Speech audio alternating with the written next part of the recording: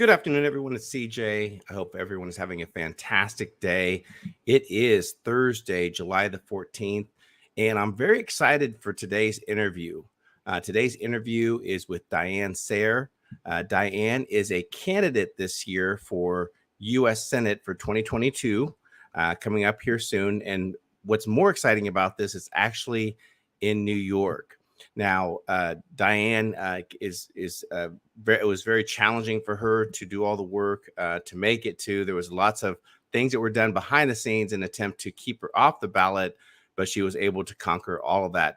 Her career experience includes working as a political organizer and as a fundraiser as a classical musician, also a choral conductor, and also she was the founder of the Schiller Institute New York City Chorus. She has also previously worked for former U.S. presidential candidate Lyndon LaRouche for 32 years. Many of us are very familiar with Lyndon LaRouche, the great work that he does, his wife does over at the Schiller Institute. And we also want to just thank Harley Schlanger for affording us this opportunity to connect us for this interview. So without further ado, let me bring Diane in. So Diane, welcome. How are you today? Thanks. I'm very well. Great. Well, again, want to thank you for joining us for this live stream interview. And again, for our listeners, I know I briefly went over some of your bio, but if you could do me a favor, Diane, just share more about yourself with our listeners, please. Sure. Well, I come, as LaRouche did, interestingly, I come from a New England Quaker family. I grew up in Maine. Both of my parents' families are from there originally. And when I was a student, I went to school at Hamilton College in New York for a year, then I went to New England Conservatory of Music. And it was during my time as a student there that I met organizers with Lyndon LaRouche, who was running for president in 1988. And he had just been indicted by none other than Robert Mueller. And the media was full of every kind of vile slander you can imagine. And somehow, because of my reading of Quaker journals like John Woolman, who was a real anti-slavery organizer in New Jersey in the 1700s, and he spent a lot of time in jail. When I saw that LaRouche was likely to go to jail, I actually thought this must be a very great man, because they wouldn't bother to harass him like that if he weren't. Yes, indeed. We're very thankful for the path, one of the true thought leaders of the past several decades, and with his work, it continues. And I'm sure that was quite a bit of inspiration for you in terms of your political aspirations and your attempts to really help humanity in terms of the numerous challenges that are there, Diane. So for our listeners, why did you decide to run for U.S. Senate? Well, because I think the moment that LaRouche warned about in terms of a total blowout of the transatlantic system is upon us. We have a financial bubble that absolutely cannot be saved, even if they start nuclear World War III. They just can't salvage this system, and they're prepared to obliterate humanity for that. It's not a presidential election year, and Schumer is the majority leader of the U.S. Senate. And New York is a very important state, as it has been since Alexander Hamilton. So I thought that it would be important to have a voice, really LaRouche's voice in a sense, for the urgently needed policies here. It was the highest rooftop available, I guess. And Schumer also inspired me by his comments to Rachel Maddow when newly elected President Trump was talking about going after the intelligence agencies. And apparently General Michael Flynn wanted an audit because they've lied us into more than one war. And Schumer said, that's a stupid thing to do. They have 6 ways from Sunday to get back at you. And as far as I was concerned, that was sufficient grounds for him to be thrown out of office. How dare someone say that you go along with lies that have led to the death of millions of people for political expedience or just to save your own skin? That disqualifies someone from political leadership, in my opinion. Yeah, I agree with you. And numerous statements that Schumer has made in regards to his thoughts as it relates to our republic. And we're seeing that through some of the progressive ideas that are put forth. In fact, I can't remember his name. He was doing an interview, I believe, on CNN, and they were talking about the inflation. They were speaking about the economic conditions that are deteriorating very rapidly. And his opinion was that it was worth it because we're pushing forth the liberal ideologies, the liberal ideas of progressive liberalism in our country. And I don't agree with that, Diane. And so I want to thank you for doing what you're doing in terms of, running for Senate. I'm sure there's a lot of hard work, a lot of personal sacrifices behind that. And so in terms of your platform and your candidacy, why don't you share a little bit about some of the attempts that were made to keep you off the ballot of U.S. Senate in New York? Sure. I'm really glad you brought that up because actually we just got word this week that the so-called Independence Party has been thrown off the ballot in New York, which is a very good thing. And I'll tell you why. And I received a press release from the Libertarian Party, which I should forward to you because they referenced their work and the work of my campaign volunteers. First of all, what happened in New York in the 2019-2020 elections is that the basically to eliminate any outside voices, any dissent, they said, we're going to set up a $100 million matching fund, slush fund. And in New York, people who get matching funds, it's not double, they get 8-to-1. So if you raise $250, you get $2,000. It's unbelievable. This does not only not level the playing field, what it does is it means the people with a lot of money just forget it. Someone without big banks backing them is going to be nowhere in this scene. So it's already very fraudulent. They don't start until 2024, but they said in the interest, and the state legislature and the bureaucrats at Albany are always very interested in protecting New York taxpayers from spending frivolous money.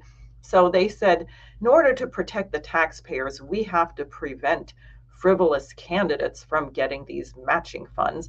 So we're going to basically make you jump through 4 walls of fire, leap around the moon, come back, stand on your head, and do a somersault. And then we'll determine that you're a viable candidate. And this included retroactively throwing substantial opposition voices off the ballot. The Libertarian Party got thrown off the ballot. The Green Party got thrown off the ballot. They have a right to express their opinion. They have won elections. They've been around for decades. And what they said is we're going to triple the signature requirement. So from 15,000 signatures in 6 weeks, which was already one of the most difficult in the country. John McCain famously could not get on the ballot in New York when he ran for president. He had a big lawsuit. They made it 45,000 signatures. And Wow. when I first heard this, the person who told me, a friend of mine who's an attorney, and I said, I want to get ready for this petitioning. I know 15,000 is going to be really difficult. Can you call the Board of Elections? And he said, Diane, I think you should forget it. It's 45,000 signatures. And I said, what? I thought he was wrong. I had 3 other people call to find out if this was true. I got the legislation. I found where it was slipped into the budget, and it was correct. So then I began look, if you're with LaRouche for 30 years, you're a seasoned street organizer. So I began building a network. I started my own newspaper because I'm expecting any minute to get thrown off of Facebook and Twitter and everything else. So we built a network of distributors. We had about 174 volunteers.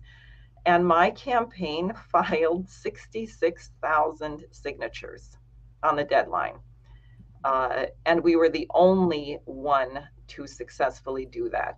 Now, coming back to the Independence Party, Lee Zeldin, who is an incumbent US congressman who has the Republican nomination for governor, doesn't need to petition to get on the ballot because he's with a viable party, namely the Republican Party. But he decided, since the state tends to vote blue these days, or at least the city, that he wanted to get another line. In New York, you can have your name on multiple lines and people can vote for you under the Conservative Party as opposed to under the Democratic Party or whatever. They can't vote for you more than once, but they can vote for you under a different line. So I think Zeldin and his campaign figured that in a Democratic state, it would be wise to get another line. So they tried to get the independents line. They turned in 52,000 signatures, but 1,000 pages, namely 11,000 of those signatures were photocopies. Wow. And Wow. they had turned in the original and the copy and given them two different page numbers. I mean, talk about fraud and how disgusting. What total disregard for the electorate. It really made me angry. And the Libertarian Party, since they, I don't know, they're still challenging it in court. They were able to file 43,000 signatures. I don't know what's going to happen with that.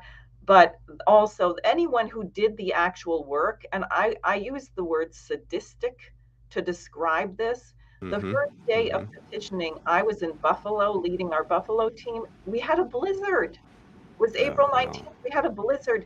You couldn't miss a day.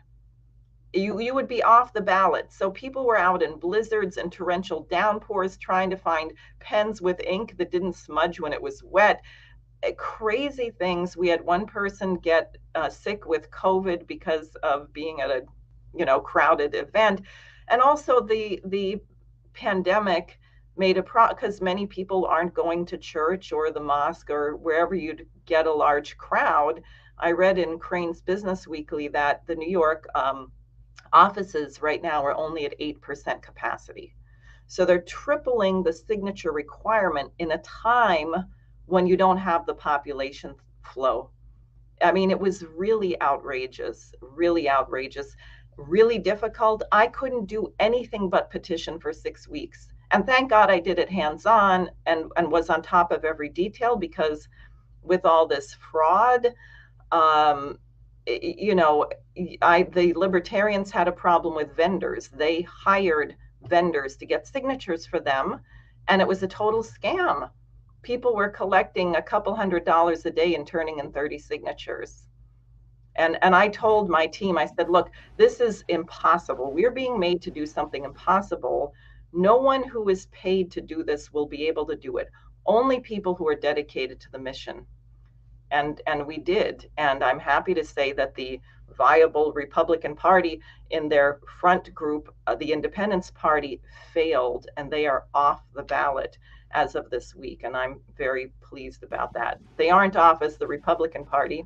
I think they should be. I think anyone that commits that kind of gross fraud, which is criminal, you're signing affidavits swearing you got these signatures, that's criminal. Yeah. So I think they should be off altogether, but that's not quite under my control, and I don't want to waste time and money on a big lawsuit. Sure. Well, that effort doesn't surprise me, because literally, like anything that is said by the progressive liberals, you have to just take the opposite. So when they say that we want open and transparent elections, they don't mean that. Right. Unless of course you're John Bolton, who wants to openly admit to participating in coups with other countries. But Diane, to get back to the core of it, so when you decided to run as an independent and you decided to go, because that's a huge challenge, right, in terms of the political landscape, with several of the things that you mentioned in regards to the super PACs, in terms of the millions of dollars that are spent on these campaigns. And one of the things you said when you had your first statements in regards to one of the core things that we are facing right now as a country is the fact that the original Bretton Woods, which established a gold-backed dollar currency, was completely thrown out the window and has led to several decades of money printing, and has contributed to what we just read yesterday in the newspapers, that inflation is at a 40-year high at 9.1%. And so it's time to get back to some of those core principles of sound money. So Diane, why don't you share in terms of your campaign, in terms of some of the core principles, the things that are guiding your campaign in this election to become Senator of New York? Sure, I will. And let me just say this as a way of getting to that. I don't know if you saw it or were aware that the city of New York put out a public service message on what to do in the event of a nuclear bomb hitting Manhattan? I did not see that. No, no, I did not. They put out, it's about a minute and 20-second video. I thought it was a spoof. It's a woman in front of a bunch of brownstone buildings, maybe in Harlem or somewhere, and she says, "So, we just got the news that a nuclear bomb has dropped. The big one has happened. As a public safety message, we're going to tell you how certain measures you can take to survive. Number one, get inside. Number two, if you happened to be outside when the bomb detonated, be sure to get inside as quickly as possible and remove all of your clothing, which will be contaminated, and put it in a plastic bag and make sure to shower and clean everything that you can. And number three, close your windows and stay inside and tune into the radio for further instructions, and don't go out until you've heard more." Now, as one of my friends said, if there were a severe thunderstorm, maybe this would make sense. A nuclear war. And a colleague of mine, Carl Osgood at Executive Intelligence Review, who follows military affairs, sent me a video of someone who was much more honest about what would happen to New York City in the event it got hit by a bomb of the magnitude of the one we dropped on Hiroshima. Now, first of all, I have to say, Russia is not going to bomb a civilian population center. The US did that. No one else has ever even used a nuclear weapon. Right. Russia's not going to do this. But nonetheless, if you used a bomb the magnitude of Hiroshima, which is, I think, 15 times less powerful than what we would use today, 250,000 people would be vaporized immediately.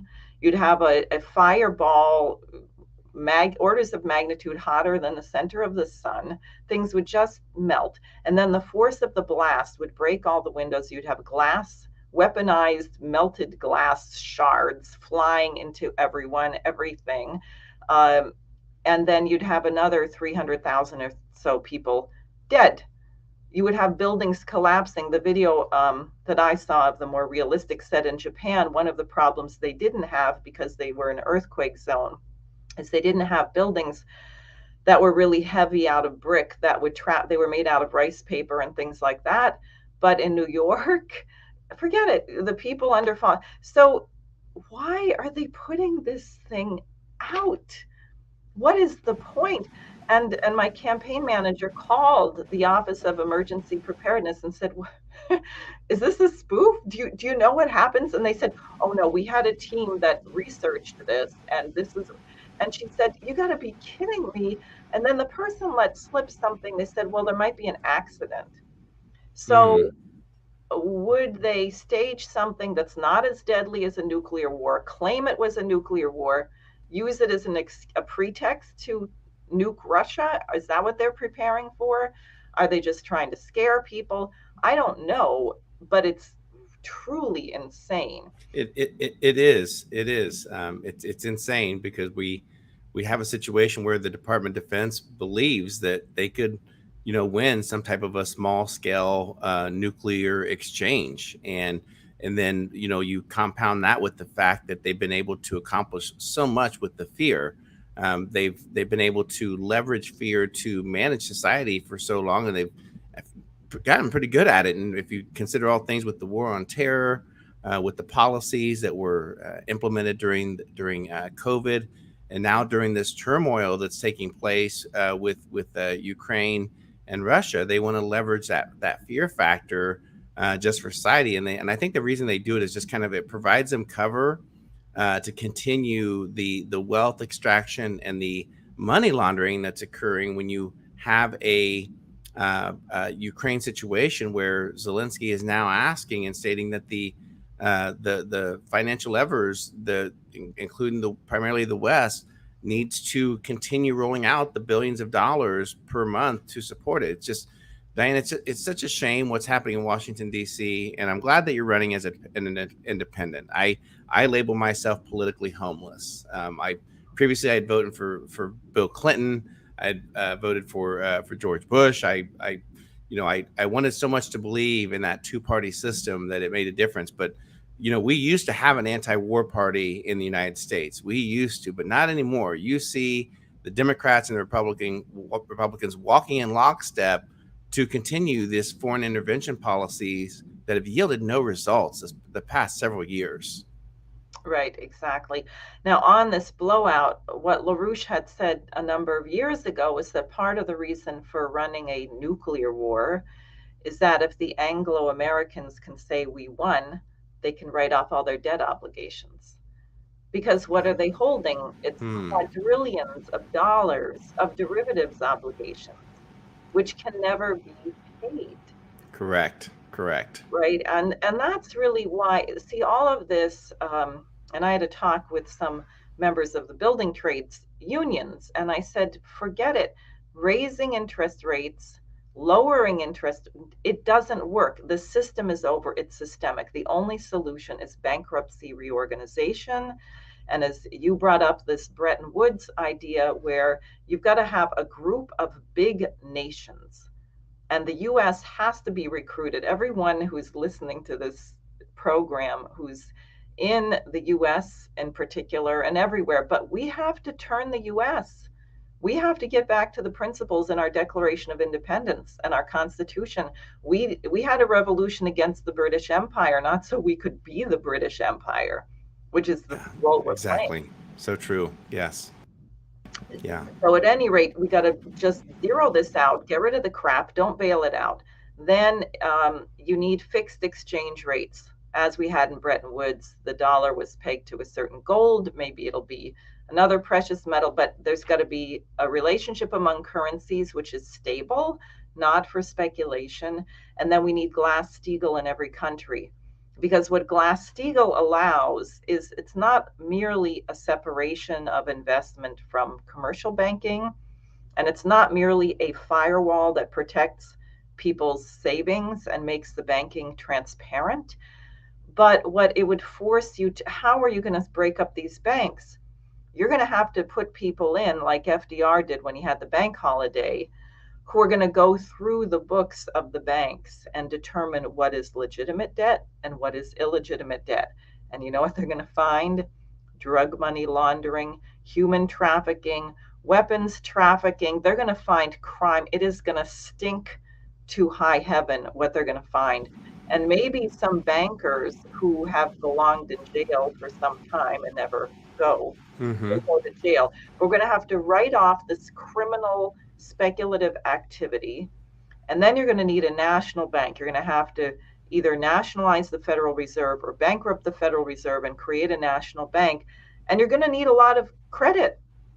We have sewage treatment plants and police departments and fire departments that are tied up in these derivatives and other kinds of weird investments because Moody's and Standard & Poor's downgraded municipal bonds. Correct. Yes. Right. So you're going to have to make sure that the things that people's lives depend on are funded, including the pension funds. You're going to have to make sure those are funded. But you're not going to, if a few billionaires are down to only becoming millionaires, I think they'll survive. I've never had to live on $1 million, but I think I probably could. Right. Yeah. It would be a struggle, Diane. I would struggle with it, but I can make do.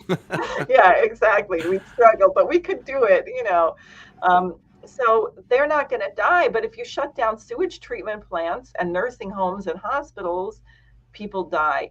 So, and this is the biggest challenge because the government has lost the trust of the people. Indeed. And you have to have a government to do something like this. You have to have a government that is trustworthy, or it won't work. But the way you get that is the people have to demand it. And I'm going to put the onus of the responsibility back on the people, because there's too much that we have allowed to happen in this country. There has not been enough of an outcry. And please don't tell me we're going to have some revolution, or Trump is going to come back on a white horse. No leader can do this unless the American people get smarter and demand what is actually necessary. Right. Correct. Yeah. I think if you look around the globe and you look at the turmoil that's being created, whether it's in the Netherlands or Sri Lanka, or even the Canadians here closer to North America, the truckers, that I think everyone kind of has a sense, Diane, that there's something fundamentally that's broken. I think a lot of people are leaning towards that direction of saying, well, why is there such a disconnect between what the media is telling us, between what Washington D.C. is doing, and Main Street? Why is there such a disconnect of what is happening? And I think more people are struggling to put their finger exactly on it to understand. But unfortunately, in politics in the United States, we treat our politics like we do our sports team, right? We want our team to win, and I get that from that perspective. But I completely agree that this is really going to be a grassroots movement. It's going to take, even though it starts at the individual and then it grows from there, it's going to have to take a lot more work to get people to understand the ideas of correcting the fact that we have not been good stewards of the world reserve currency, and the Fed continues these monetary policies that in whole have led to this top 1% that continue to gain and gain and gain. At the same time, the middle class in the United States is being destroyed, and we're witnessing that in real time now. In regards to the notion of the new Bretton Woods, and can you talk a little bit around the need to move from more of like the unilateral type policies that the West has been implementing, and to really understand more towards the multinationalism that's happening globally, that we need to embrace here in the United States? I don't think that most people really, I think they fear that a little bit, of that world of that we're the world of multinationalism and what's involved. Can you talk a little bit around that, Diane, please? Yes, I'm really glad you brought that up, because I was thinking also most Americans are not really aware of what's going on in the world. People have to understand, and it's very hard for us as Americans because we were used to leading the world. We were the first to build a transcontinental railroad, the first to land a man on the moon and return him safely to Earth. We were prosperous. We had the highest standard of living in the world.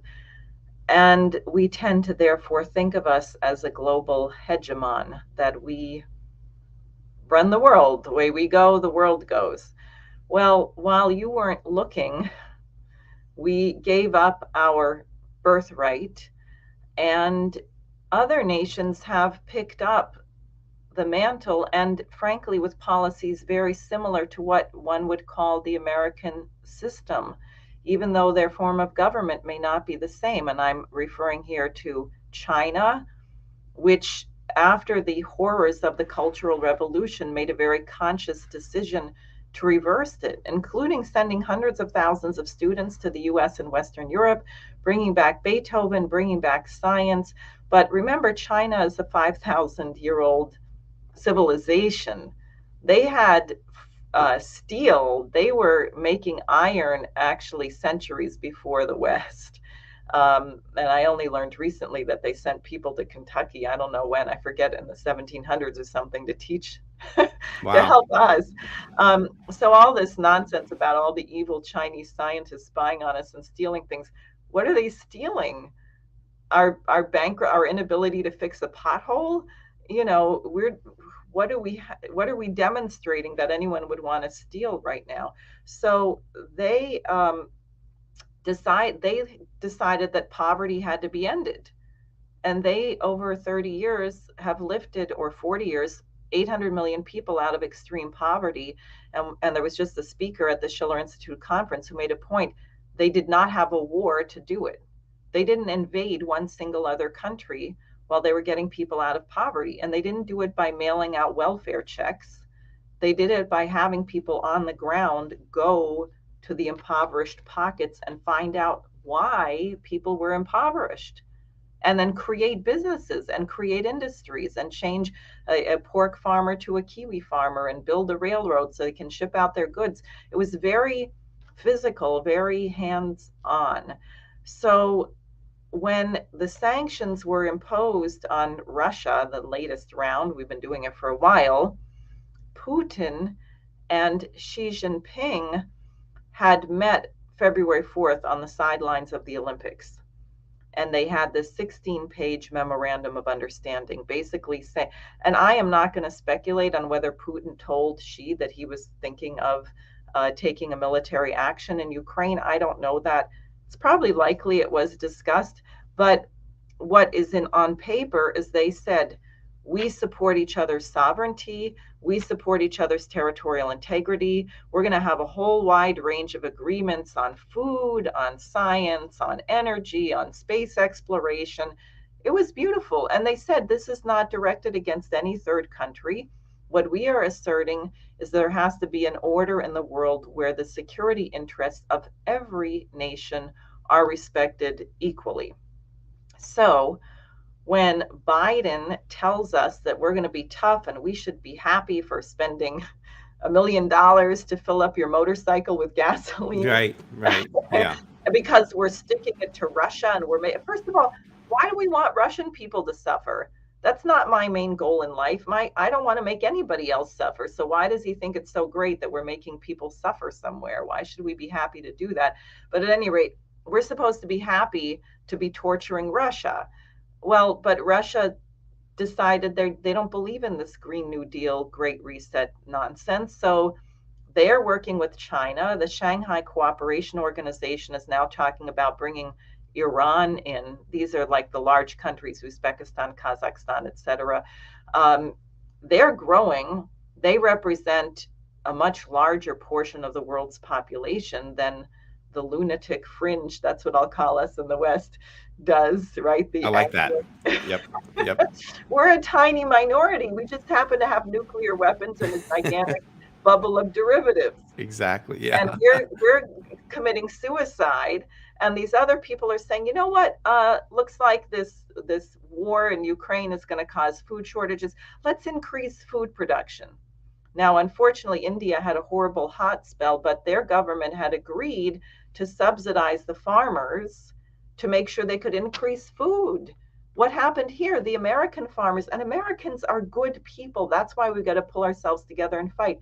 The American farmers said, look, we're going to have a terrible shortage of grain. Let's pull some of that land out of set aside. Let's gear up production. And the Secretary of Agriculture, Vilsack, said, oh, no, you don't. Oh, no, we cannot mess up our 30 by 30. This is bad for the climate.